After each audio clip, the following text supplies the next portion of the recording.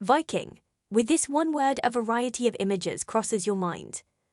From Thor the hammer-wielding god to the tall-stunning version of a Viking today. What is it about these Nordic men that strikes you with fear and fascination at the same time? What did these blonde-haired, thick-thighed men do to become so battle-hardened? What made a Viking leave his farm and homeland to rain down terror and blood on European soil? Want to pry open the life of a Viking warrior? The Vikings were people who came from an area called Scandinavia. Today you will know it better as Norway, Sweden and Denmark. The word Viking actually means a pirate trade. Fun fact, the Vikings did not call themselves Vikings, instead Ostmen. They were also known as Norsemen, Norse and Danes. And get this, they only raided part-time. Let's talk about the most fearsome warriors first. We are not going to completely recount Viking history. Go read a textbook. Here are the worst names. You may disagree. Let us know if you do. One of the most famous and feared Vikings was a man named Ragnar Lothbrok, a legendary Norse warrior and king who lived in the 9th century. Now Ragnar led many successful and terrifying violent raids against the British Isles and Francia. Was a father to 3 famous sons who would be even more fearsome than him. To prove himself greater than his sons, he took off to England with only 2 ships, and it was here that Ragnar was overwhelmed by the forces of King Ella. His punishment was to be thrown into a pit of snakes where he foretold the arrival of the great heathen army of 865 AD with his famous quote, "How the little piglets would grunt if they knew how the old boar suffers." It was after his death that his sons with their armies brought immense pain and blood to the fields of England and Europe, as they fought to avenge him. Our next feared Viking warrior is one of those sons, Bjorn Ironside, son of Ragnar, known for his courage and his ability to inspire fear in his enemies. Often led by his brothers, he is said to have been an incredible warrior who had the ability to turn a battle with strength and skills. He led many successful raids across Europe, the Mediterranean, including one against Rome itself. He also joined hands with other Vikings to defeat an English king, another son of Ragnar, Ivar the Boneless. Even his name is frightening. There are theories about his name. It's been said he was completely boneless, while others describe him as incredibly strong and towering above other Vikings. Either way, he was a fearsome and bloodthirsty Viking. He was involved in many successful and devastating raids. He was known for his brutal punishments against those who wronged him and was believed to have performed the notorious Blood Eagle on his enemies, which was a horrific death by torture. When Boneless fought, he was a fiercely violent warrior that would fight in almost a trance-like state of fury. He is what is recorded as a berserker. They were recorded as wearing bearskin coats. The word berserker translates to bearskin and were a truly terrifying sight to behold on the battlefield. Driven only by bloodlust and seemingly oblivious to the battle around them, berserkers are the root origin of the word berserk. Ivar was a commander of the great heathen army which invaded England in 865 and conquered large parts of it. He died sometime after 870, either in battle or a disease.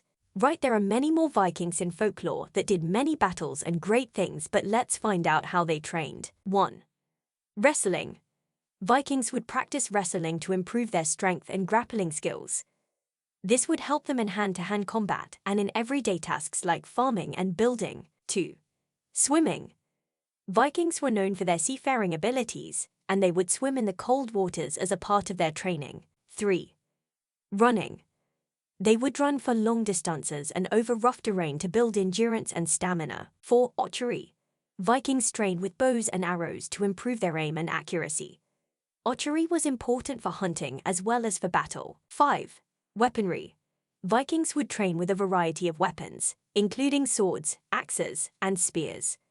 They would practice different techniques for wielding these weapons in battle, such as how to deliver powerful strikes and how to defend against them. 6. Shield wall. Viking would train in the formation called shield wall, where a group of warriors would stand in close formation, each man behind his own shield and protecting the one next to him. This made them a formidable force on the battlefield. Overall, Vikings trained physically from a young age to become fierce warriors, skilled sailors, and able-bodied workers. This training was considered an important part of Viking culture and was often passed down from generation to generation. Now it is never just about the physical. You can be as fit as an MMA fighter, but if your mind is weak, then you will lose. Vikings also trained themselves mentally to prepare for the challenges of their everyday lives as well as for battle. Here are a few examples of how they did this. 1. Meditation and visualization. Vikings would meditate and visualize themselves in battle and other challenging situations. They learned how to control their fear and anxiety. 2. Saga. They would listen to the saga, a storytelling of myths, legends, and heroic deeds that were passed down from generation to generation. So these stories were deeply ingrained in their mind and influenced their culture, values, and beliefs. 3. Runecraft. Some Vikings also believed in the power of runes, which were ancient symbols that represented different ideas and concepts. They believed that by meditating on these symbols and incanting them, they could access hidden knowledge and gain access to special powers. Overall, Vikings believed that mental strength was just as important as physical strength, and so it was an integral part of their culture, which helped them to face the challenges of life and battle with courage, resilience, and determination. So now, with a fit and mentally ready army to attack with or defend, why did they take off down the coast to raid? The answer is never easy, but it is said with potential overpopulation, lack of food, or maybe just plain greed and need for power by the Viking elite. Whatever the reason, when these young men took to their warships and set sail, it was mostly guaranteed they would return with riches. The raiding era for the Vikings is roughly between the years 793 and 1066. It was after a major defeat in 1066 that the raids ceased. More on that later. Vikings would actually raid in the summer months as the passage for their warships was smoother. Apart from arriving along coastal villages and destroying them, these long raiding ships had the ability to sneak up rivers and catch settlements completely by surprise. It was then they would steal and pillage anything they could. From cattle to gold and women, anything could be taken. After that, they simply burnt the village to the ground. Now there was no way to take the cattle home, so the Vikings traded. Yes, I know that sounds bizarre since they stole so much, but if you can't take something home, it's better to cash it in. One of their favorite places to attack were monasteries, as they were always a good target. This was due to a monastery not only just being a place for prayer, but generally located on a trade route. They were often at the center of the settlement's commerce hub. They also attracted tradesmen and craftsmen, and many were self-sufficient. So it makes sense for the Vikings to target these. In the years following many raids, the monasteries were moved inland and no longer built along coastal routes. I know what you are thinking. If the Vikings were so strong, what happened to them? Why did the raids stop? Where did the Viking kings go? Let's start with one of the most known battles in history.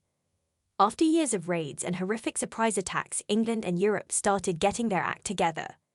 The various territories now had organized armies that were trained in defense. The various county leadership hierarchies were sorted out, and there seemed to be more control by the royals in charge.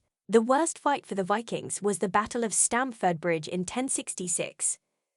This battle took place in England between the Viking army led by Harald Hardrada, said to be the last Viking king, and an English army led by King Harold Godwinson. The Viking army had been raiding in northern England. It was made up of a large number of warriors, many of them experienced and battle-hardened. However, the English army was able to catch them by surprise and launch a swift and devastating attack. The Vikings were caught off guard and were badly defeated. Harald Hardrada was killed in the battle, and many of his men were killed or captured. Harald is said to have fought with the intensity of a berserker and caused much bloodshed that day. However, not enough could be done, and the last Viking raid came to an end. Many of their best and elite warriors died in this battle as well. The Vikings were now in disarray. The Battle of Stamford Bridge was significant because it was a major setback for the Vikings and marked the end of their expansion in England. It was also a significant victory for the English, as they were able to repel the Viking invasion and protect their kingdom. It was also very significant because it took place just a few weeks before the Battle of Hastings, where Harold Godwinson led the English army against the Normans, led by William the Conqueror. Now the English army would have been exhausted after just battling with the Vikings. Things may have been different had the English army been well rested and full of jam scones. As a result, Harold Godwinson was killed in that battle and the Normans conquered England. This would have a lasting impact on the history of England, and would make the Battle of Stamford Bridge an important, if often overlooked, prelude to the Norman conquest. Apart from losing this battle, history also shows us that Christianity had reached the shores of Scandinavia, and many of the new values and beliefs went against the bloodshedding and crimes the raiders would commit. You also had the development of the country with new leadership plus growth in population. Aside from a societal change, it also meant many men were now tied to the land on farms and other jobs, making it a terrible financial decision for the breadwinner of the family to leave the country and go raiding. Final question: have you ever picked up a wooden sword and pretended to be a Viking?